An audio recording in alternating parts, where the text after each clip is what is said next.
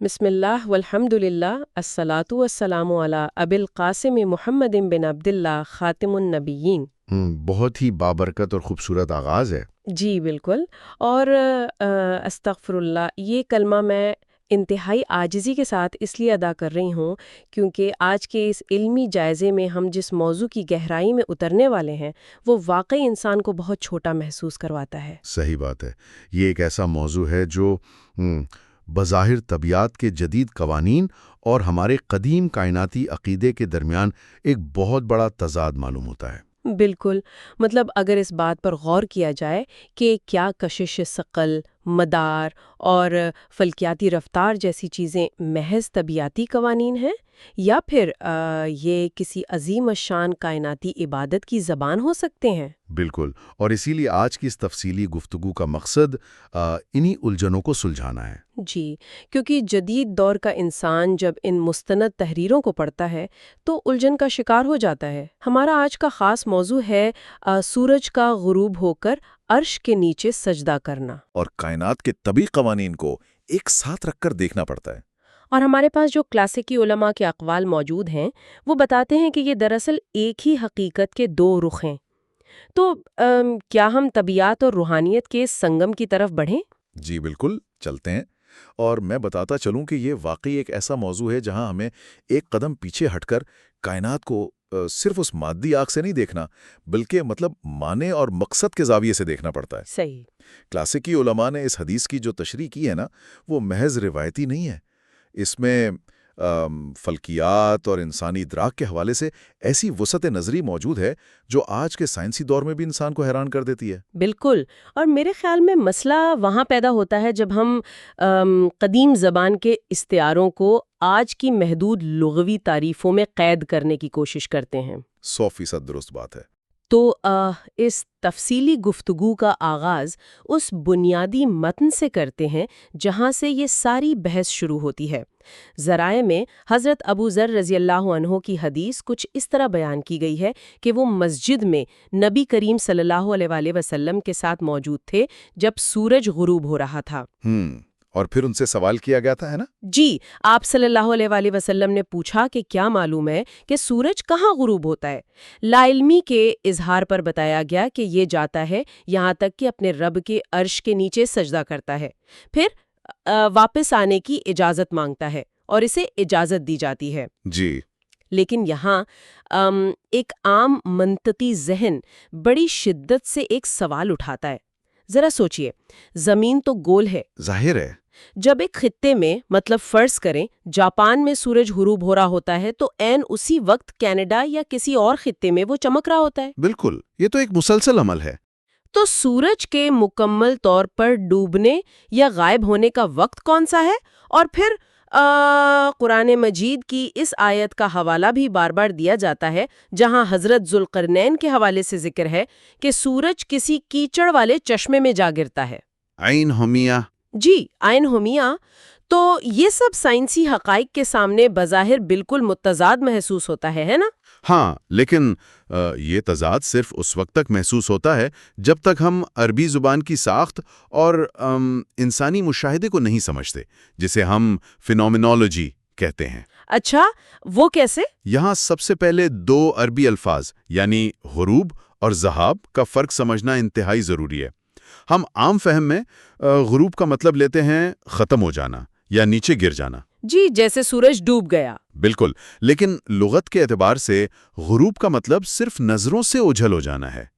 اس کے برعکس اسی حدیث کے مختلف طروق میں سورج کے لیے فَإِنَّهَا تَذْهَبُ یعنی وہ چلتا رہتا ہے، اور إِنَّ هَذِهِ تَجْرِي یعنی وہ دوڑتا ہے کے الفاظ استعمال ہوئے ہیں۔ یعنی سورج کے رکنے کی تو بات ہی نہیں ہو رہی۔ بالکل نہیں، اس کا واضح مطلب یہ ہے کہ سورج کہیں رک نہیں رہا، وہ مسلسل حرکت میں ہے۔ اور وہ چشمے میں ڈوبنے والی بات؟ رہی بات چشمے میں ڈوبنے کی، تو کلاسیکی ذرائع جس میں امام قرطبی اور حافظ ابن کثیر رحمہم اللہ شامل ہیں، وہ بہت واضح کرتے ہیں کہ یہ دراصل رأی العین کا معاملہ ہے۔ رأی العین مطلب یہ صرف دیکھنے والے کے زاویے نگاہ کی بات ہو رہی ہے؟ جی بالکل ویسے ہی۔ جیسے اگر کوئی شخص سمندر کے کنارے کسی ساحل پر کھڑا ہو تو اسے بینا یہی محسوس ہوتا ہے کہ سورج پانی کی سطح کے اندر جا رہا ہے، حالانکہ وہ تو محض افق سے نیچے جا رہا ہوتا ہے۔ 100% درست۔ قرآن یہاں کوئی فلکیاتی نقشہ نہیں کھینچ رہا، بلکہ وہ حضرت ذوالقرنین کے ذاتی انسانی مشاہدے اور تجربے کو بیان کر رہا ہے جب وہ زمین کے مغربی حصے پر کھڑے تھے، جہاں آگے صرف سمندر تھا۔ جی استغفر اللہ۔ یہ کتنی عجیب بات ہے کہ انسان اکثر اپنی آنکھ کے بصری دھوکے کو کائنات کی کل حقیقت سمجھ لیتا ہے۔ واقعی ہم بھول جاتے ہیں کہ جو نظر آ رہا ہے وہ محض اس مخصوص زاویے کی سچائی ہے، جبکہ حقیقت اس سے کہیں زیادہ وسیع ہوتی ہے۔ سورج زمین سے لاکھوں گنا بڑا ہے، وہ کسی زمینی چشمے میں سما ہی نہیں سکتا، اور یہ بات کلاسیکی علماء بھی بخوبی جانتے تھے۔ یہ بات واقعی الجھن کو کافی حد تک سلجھا دیتی ہے کہ غروب کا مطلب سورج کا سفر ختم ہونا نہیں ہے، بلکہ محض ہماری نظروں سے دور جانا ہے۔ بالکل۔ لیکن اگر سورج جسمانی طور پر کہیں رک نہیں رہا اور وہ مسلسل دوڑ رہا ہے تو پھر اس کے سجدے کا اصل مطلب کیا ہے؟ یہ بہت اہم سوال ہے۔ کیونکہ ایک عام فہم کے مطابق سجدے کا مطلب تو اپنے جسم کو موڑنا اور پیشانی کو زمین پر ٹکا دینا ہے، تو اگر سورج رکتا نہیں تو وہ سجدہ کیسے کرتا ہے؟ اس مقام پر آ کر ہمیں کائنات کے بارے میں ایک انتہائی خوبصورت تصور سے متعارف ہونا پڑتا ہے، جسے علماء عبودیت الکائنات یعنی کائنات کی بندگی کہتے ہیں۔ بندگی؟ زمین کی ہر چیز سجدہ کرتی ہے؟ بالکل، اور علامہ ابن تیمیہ رحمہ اللہ نے اس پر بڑی گہری بحث کی ہے کہ ہر مخلوق کا سجدہ اس کی اپنی ساخت اور فطرت کے مطابق حال ہوتا ہے۔ انسان کا سجدہ پیشانی زمین پر رکھنا ہے، لیکن یہ اصول ہر چیز پر لاگو نہیں ہوتا۔ تو یہاں اسے سمجھنے کے لیے اگر ہم ایک روزمرہ کی مثال پر غور کریں تو کیا یہ سجدہ کسی جدید کمپیوٹر پروگرام کی طرح ہے؟ مطلب کس حوالے سے؟ یعنی ایک سافٹ ویئر جو اپنے کوڈ کی مکمل پیروی کرتا ہے اور اس کوڈ سے باہر جانا اس کے لیے ناممکن ہوتا ہے، وہ اپنے بنانے والے کے دیے گئے نظام کے سامنے مکمل طور پر سرنگوں ہے۔ کیا سورج کا سجدہ بھی محض ایک ایسی ہی مشینی اور جبری اطاعت ہے؟ یہ تشبیہ موجودہ دور کے لحاظ سے کافی حد تک بات کو واضح کرتی ہے، مگر کائناتی سجدہ محض ایک بے جان مشینی عمل نہیں ہے۔ اچھا، تو اس میں اور کیا شامل ہے؟ عربی لغت میں سجدے کا وسیع تر مفہوم جھکنے، اطاعت کرنے اور خضوع کے ہیں۔ ذرائع میں ایک بہت دلچسپ تصور سجود الذل کا ملتا ہے، یعنی سائے کا دائیں سے بائیں ڈھلنا بھی دراصل ایک سجدہ ہے۔ سائے کا ڈھلنا بھی سجدہ ہے؟ سبحان اللہ! جی، ایک اونٹ کا سجدہ اس کا اپنے مالک کے آگے جھکنا ہے، لیکن بات صرف اندھے طبعی قوانین پر آ کر نہیں رکتی۔ ذرائع اس طرف اشارہ کرتے ہیں کہ اس اطاعت میں ایک خاص قسم کا کائناتی شعور شامل ہے۔ استغفر اللہ! یہ تصور تو انسان کو اندر سے ہلا کر رکھ دیتا ہے۔ یعنی یہ پوری کائنات، یہ اربوں کہکشائیں، چاند اور ستارے محض مردہ پتھر یا گیس کے گولے نہیں ہیں؟ بالکل نہیں، بلکہ یہ ایک ایسا شعور رکھتے ہیں جسے ہم اپنی محدود سائنسی لیبارٹریوں میں ناپ نہیں سکتے۔ بالکل صحیح سمجھیے آپ۔ یہ کائنات مکمل طور پر زندہ اور باشعور ہے، بس اس کے شعور کی فریکوینسی انسانی شعور سے مختلف ہے۔ وہ تسلسل کے ساتھ تسبیح کرتی ہے۔ واہ! ذرائع میں حضرت طاؤس رحمہ اللہ کا ایک حیرت انگیز واقعہ ملتا ہے کہ انہوں نے طواف کے دوران چاند کی طرف دیکھا اور اسے خشیت الہی سے روتے ہوئے محسوس کیا۔ کتنا خوبصورت واقعہ ہے! جی، یہ اس بات کی طرف اشارہ ہے کہ کائنات کی ہر چیز کی طبعی حرکت دراصل اس کی روحانی حالت کا ہی ایک ظاہری روپ ہے۔ سورج کا اپنے مدار میں پوری پابندی اور ہیبت کے ساتھ چلنا ہی دراصل اس کا سجدہ ہے۔ یہ تشریح واقعی بہت متاثر کن ہے، لیکن یہاں ایک بہت بڑا منطقی سوال پیدا ہوتا ہے اور میں اس بات پر تھوڑا اصرار کروں گی کہ اسے واضح کیا جائے۔ جی ضرور پوچھیں۔ اگر سورج ہر وقت حرکت میں ہے اور اس کا مدار میں چلنا ہی اس کی مسلسل اطاعت اور سجدہ ہے، تو پھر حدیث میں ایک خاص مقام یعنی عرش کے نیچے سجدہ کرنے اور اجازت مانگنے کا ذکر کیوں آیا ہے؟ ہاں، مطلب اگر یہ ایک مسلسل عمل ہے تو کسی خاص لمحے یا مقام کی تخصیص کیوں؟ اور مزید یہ کہ اگر عرش ہر چیز کا احاطہ کیے ہوئے ہے تو سورج تو ہمیشہ ہی اس کے نیچے ہے، تو پھر یہ خاص کر کے عرش کے نیچے جانے والی بات جغرافیائی لحاظ سے متضاد نہیں لگتی؟ یہ اعتراض بالکل بجا ہے اور کلاسیکی علماء نے بھی اس کا بہت گہرائی سے جائزہ لیا ہے۔ اس کا جواب سمجھنے کے لیے ہمیں عرش کی کائناتی حیثیت، جسے ہم کاسمک جیومیٹری کہتے ہیں، اسے سمجھنا ہوگا۔ اچھا، وہ کیا ہے؟ ذرائع کے مطابق اہل علم کے نزدیک عرش کوئی چھوٹی سی چھت یا مکان نہیں ہے، یہ سقف المخلوقات ہے، یعنی کائنات کی آخری اور سب سے بڑی محیط حقیقت۔ لہٰذا تکنیکی اعتبار سے سورج، زمین اور یہ تمام کہکشائیں ہر وقت، ہر لمحے عرش کے نیچے ہی ہیں۔ صحیح۔ لیکن حافظ ابن حجر رحمہ اللہ اور دیگر جلیل القدر شارحین نے اس حدیث کی جو تشریح کی ہے وہ حیران کن ہے۔ ان کے مطابق سورج کے 24 گھنٹے کے چکر میں ایک خاص لمحہ ایسا آتا ہے جب وہ اپنے مدار میں حرکت کرتے ہوئے عرش کے باطن یا اس کے مرکز کے عین محاذات یعنی الائنمنٹ میں آ جاتا ہے۔ یعنی وہ ایک خاص سیدھ میں آ جاتا ہے، جیسے دو سیارے ایک خاص وقت پر ایک قطار میں آ جاتے ہیں، لیکن یہاں سورج اور عرش کے مرکز کی ایک خاص الائنمنٹ یا سیدھ کی بات ہو رہی ہے؟ جی ہاں، اور استغفر اللہ، یہ بتانے سے پہلے میں یہ ضرور کہوں گا کہ کائنات کے اس نظم و ضبط کو سمجھنے کے لیے ہماری عقلوں کا پیمانہ واقعی بہت چھوٹا ہے۔ جی ہاں، یہ بینا ایک کائناتی الائنمنٹ ہے۔ حیرت انگیز۔ یہ وہ خاص مقام ہوتا ہے جہاں سورج کا خصوصی سجدہ اور استیزان یعنی آگے بڑھنے کی اجازت مانگنے کا عمل واقع ہوتا ہے۔ یہ ایک عام طبعی گردش کے دوران ایک خاص روحانی اور کائناتی کیفیت کا عروج ہے۔ لیکن پھر وہی سوال وقت کا آ جاتا ہے۔ وقت کا؟ جی، اگر سورج روزانہ ایک خاص مقام پر سیدھ میں آ کر سجدہ کرتا ہے اور اگلے دن کے لیے طلوع ہونے کی اجازت مانگتا ہے، تو کیا اس سارے عمل سے اس کے سفر میں کوئی رکاوٹ یا تاخیر نہیں آتی؟ میں سمجھ گیا۔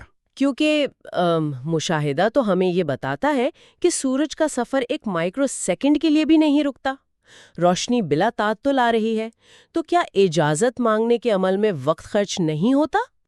یہاں ہمیں وقت کے تصور کو اپنے انسانی اور نفسیاتی پیمانوں سے ہٹ کر دیکھنا ہوگا۔ ذرائع بڑی خوبصورتی سے اس بات کی وضاحت کرتے ہیں کہ حدیث کے کسی بھی حصے میں اس سجدے کے دورانیے کا کوئی ذکر نہیں ہے۔ اچھا؟ جی، یہ ضروری نہیں کہ کائناتی سطح پر ہونے والے استیزان اور سجدے میں وہی وقت لگے جو انسانوں کو لگتا ہے۔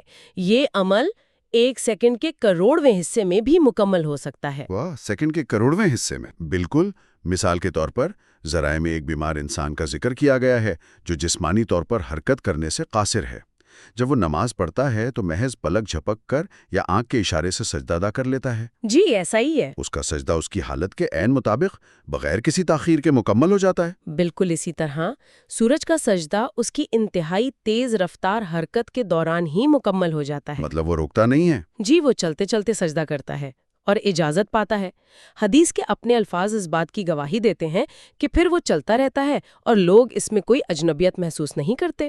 یہ نکتہ بہت زبردست ہے کہ حرکت بذات خود نہیں رکتی، بلکہ اس حرکت کے دوران ہی وہ روحانی عمل تکمیل پاتا ہے۔ جی بالکل۔ تو اس مرحلے پر جدید فلکیات کو اس گفتگو کا حصہ بنانا ناگزیر ہے، کیونکہ ہم جس مواد کا جائزہ لے رہے ہیں اس میں باقاعدہ جدید فلکیاتی حقائق بھی پیش کیے گئے ہیں۔ جی، جدید سائنس کے حوالے بھی موجود ہیں۔ جدید سائنس ہمیں بتاتی ہے کہ سورج کسی بھی لحاظ سے ساکن نہیں ہے۔ پہلی بات تو یہ کہ سورج اپنے ہی محور کے گرد گھومتا ہے، جسے عربی میں التفاف یعنی انگریزی میں روٹیشن کہتے ہیں، اور اس چکر کو مکمل کرنے میں اسے زمین کے تقریباً 27 دن لگتے ہیں۔ بالکل۔ اور دوسری اور سب سے اہم بات، سورج اپنے پورے شمسی نظام کو ساتھ لے کر ہماری کہکشاں کے مرکز کے گرد انتہائی تیز رفتاری یعنی 22 کلومیٹر فی سیکنڈ کی رفتار سے سفر کر رہا ہے۔ یہ ایک ناقابل یقین رفتار ہے۔ جی، اور یہ سائنسی حقیقت قرآن کی آیت وَكُلٌّ فِي فَلَكٍ يَسْبَحُونَ یعنی ہر ایک اپنے اپنے مدار میں تیر رہا ہے کہ مکمل عکاسی کرتی ہے۔ واقعی، اور یہ آیت اور اس میں استعمال ہونے والا لفظ یسبحون بذات خود ایک معجزہ ہے۔ وہ کیسے؟ دیکھیے، تیرنے کا عمل یعنی سوئمنگ وہاں ہوتا ہے جہاں ایک ہموار اور بغیر رگڑ کی حرکت ہو۔ خلا کے اندر جہاں ہوا کی رگڑ نہیں ہوتی وہاں ستارے بالکل اسی طرح تیرتے یا گلائیڈ کرتے ہیں جیسے کوئی مچھلی پانی میں بغیر کسی رکاوٹ کے تیر رہی ہو۔ واہ، کیا خوبصورت تشبیہ ہے۔ اور 220 کلومیٹر فی سیکنڈ کی اس رفتار سے چلتے ہوئے سورج کا کائناتی سجدہ دراصل اس کی اسی فرمانبرداری کا مظہر ہے۔ تو اگر اس بات پر دیانتداری سے غور کیا جائے تو ان ناقدین کی تنقید کتنی کھوکھلی معلوم ہوتی ہے جو اس حدیث کو سائنس کے خلاف سمجھتے ہیں۔ وہ بس ایک مفروضہ قائم کر لیتے ہیں۔ بالکل، وہ خود سے یہ فرض کر لیتے ہیں کہ سجدے کا مطلب ہے کہ سورج نے باقاعدہ بریک لگائی، وہ رکا، اس نے سجدہ کیا اور پھر دوبارہ چلنا شروع کیا۔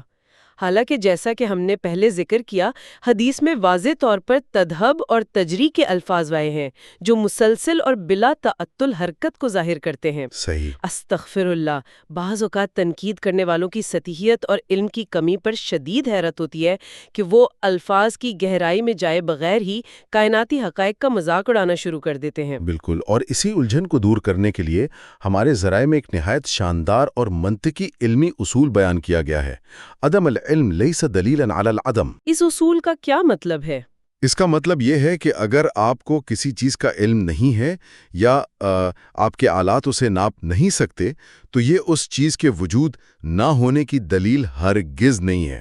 بالکل صحیح۔ اگر ہماری جدید ترین دوربینیں اور خلائی جہاز سورج کے اس مخصوص روحانی کیفیت یا الائنمنٹ کے وقت ہونے والے سجدے کو مادی طور پر نہیں دیکھ سکتے تو اس سے یہ ثابت نہیں ہوتا کہ سورج اپنے خالق کے سامنے سجدہ ریز نہیں ہے، کیونکہ وہ فزکس کے دائرے سے باہر کی چیز ہے۔ جی، فزکس اور فلکیات کے قوانین بالکل درست کام کر رہے ہیں، لیکن ان قوانین کو چلانے والی جو روحانی حقیقت اور کائناتی عبودیت ہے وہ ہماری مادی سائنس کی گرفت سے بہت بلند ہے۔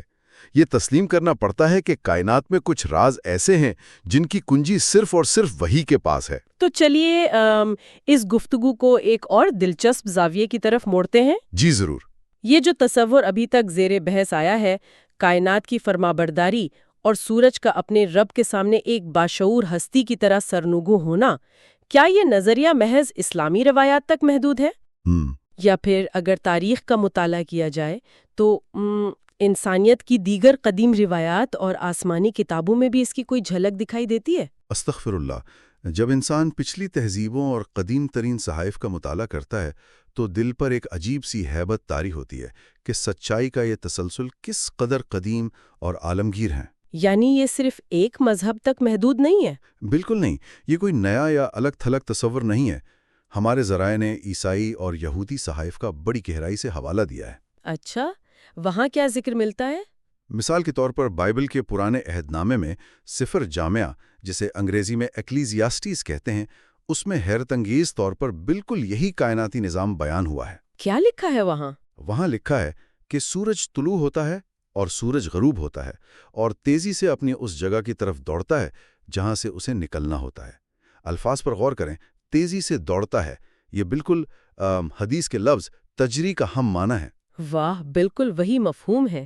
اسی طرح سفر ایوب، جسے بک آف جوب کہتے ہیں، اس میں اس نظام کا ذکر ہے کہ کائنات کا خالق سورج کو حکم دیتا ہے اور وہ اسی کی فرمانبرداری کرتا ہے۔ تو اس تمام مواد کا سیدھا سا مطلب تو یہ نکلتا ہے کہ کائنات کو ایک باشعور، فرمانبردار اور ایک واحد خالق کے زیر نگین چلنے والے نظام کے طور پر دیکھنا انبیاء کرام کی ایک مشترکہ، قدیم اور عالمگیر میراث ہے۔ جی بالکل ایسا ہی ہے۔ دنیا کے آغاز سے ہی انسانیت کو یہ سکھایا جا رہا ہے کہ یہ کائنات کوئی اتفاقیہ بن جانے والی ایک خود بخود چلنے والی اندھی مشین نہیں ہے، بلکہ یہ ایک انتہائی منظم، باشعور اور اپنے خالق کی مکمل اطاعت کرنے والا ایک زندہ نظام ہے۔ جی ہاں، اور یہی آج کے اس تمام جائزے کا سب سے مرکزی نقطہ بھی ہے۔ جب حدیث کے بظاہر سادہ الفاظ کو قرآنی آیات، کلاسیکی علماء کی گہری تشریحات اور جدید سائنس کے پیچیدہ حقائق کے ساتھ ملا کر پڑھا جاتا ہے تو ان میں کوئی تصادم نظر نہیں آتا۔ بالکل، وہ ایک دوسرے کی تائید کرتے ہیں۔ تصادم صرف اس وقت پیدا ہوتا ہے جب انسان قدیم استعاروں اور وحی کے الفاظ کو ان کے وسیع کائناتی اور روحانی پس منظر سے کاٹ کر صرف اپنی محدود اور روزمرہ کی مادی دنیا کے پیمانوں پر پرکھنے کی ضد کرتا ہے۔ صحیح۔ سورج کا سجدہ دراصل اس کائنات کی اس ابدی اور سرمدی اطاعت کا استعارہ اور حقیقت ہے جو ہر لمحہ جاری و ساری ہے۔ تو سننے والوں کے لیے اگر ہم اس طویل علمی اور گہرے مطالعے کا خلاصہ پیش کریں تو وہ یہ ہے کہ کائنات کوئی اندھا یا مردہ مادہ ڈیڈ میٹر نہیں ہے۔ یہ ایک انتہائی متحرک، باشعور اور اپنے خالق کے سامنے سرنگوں نظام ہے۔ بالکل۔ سورج کا سجدہ دراصل اس کائنات کی سب سے بڑی طبعی اور روحانی فرما برداری کا نام ہے۔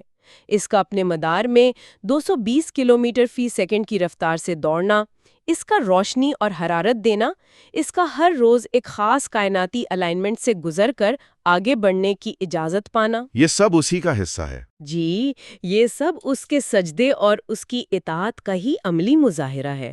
استغفر اللہ، ان حقائق کے سامنے انسان کی حیثیت کس قدر چھوٹی اور حقیر محسوس ہوتی ہے، اور یہ کائناتی نظام کتنا ہیبت ناک حد تک عظیم ہے۔ واقعی، اور پھر بھی انسان غور نہیں کرتا۔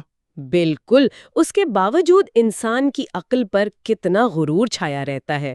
تو اس تفصیلی گفتگو کے اختتام پر ایک لمحہ فکریہ ضرور سامنے آتا ہے۔ وہ کیا؟ وہ یہ کہ جب بھی افق پر سورج کو غروب ہوتا دیکھا جائے تو یہ سوچا جا سکتا ہے کہ یہ محض روشنی کے بکھرنے اور اندھیرے کے چھا جانے کا ایک دل فریب طبعی نظارہ نہیں ہے، بلکہ اس سے کہیں بڑھ کر ہے۔ جی، بلکہ یہ اربوں سالوں سے بلا تعطل جاری ایک عظیم الشان کائناتی سجدہ ہے۔ اگر اس بات پر غور کیا جائے کہ اتنے دیوا ہیکل ستارے، اربوں خربوں گیلیکسیاں، بلیک ہولز اور ہمارا یہ سورج اپنے خالق کے کائناتی ردم کے ساتھ مکمل ہم آہنگی میں ہے اور ایک باشعور سجدے کی حالت میں ہے، تو کیا انسان کو دی گئی آزاد مرضی اس عظیم ہم آہنگی کا حصہ بن رہی ہے، یا یہ اس حیران کن کائناتی بہاؤ سے ٹکرا کر اپنی ہی بربادی کا سامان کر رہی ہے؟ یہ سوچنے کی بات ہے۔ ھذا ما عندی واللہ رسولہ عالم بالصواب۔